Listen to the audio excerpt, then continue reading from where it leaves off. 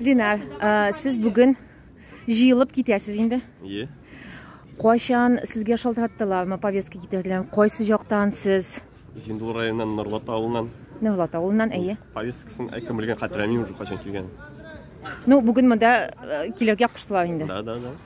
Өзіңіз қай эшлейсіз? Шабашкада. 34. 34? Армейский хизметтім нейді. Оренбургский облыста станция Доңғызда. Младший сержант. Не қалсаң? Өзіңіздің идегілер қалды ма? Қалды, екі бала қалды. Отырып қалтын.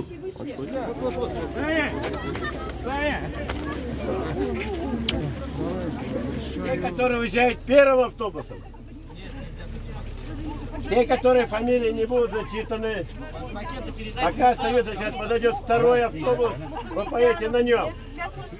Военных билет у кого изымали. Здесь, в этом строю, должны стоять только те, кто уже... Первая основная отправка. Сколько человек? 138. 138. Скажите, пожалуйста, в первых рядах на помощь нашим кто пошел? Какие слои населения привлекали? Знаете, наверное, призыву подлежат граждане, пребывающие в запасе, которые прошли военную службу, а также граждане, пребывающие в запасе, которые имеют боевой опыт, реальный боевой опыт. Мы практически с 21 числа приступили к оповещению граждан.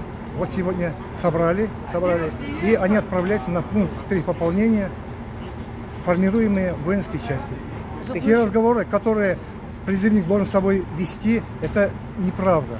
Им по прибытии формируемые воинские части выдают всю необходимую экипировку.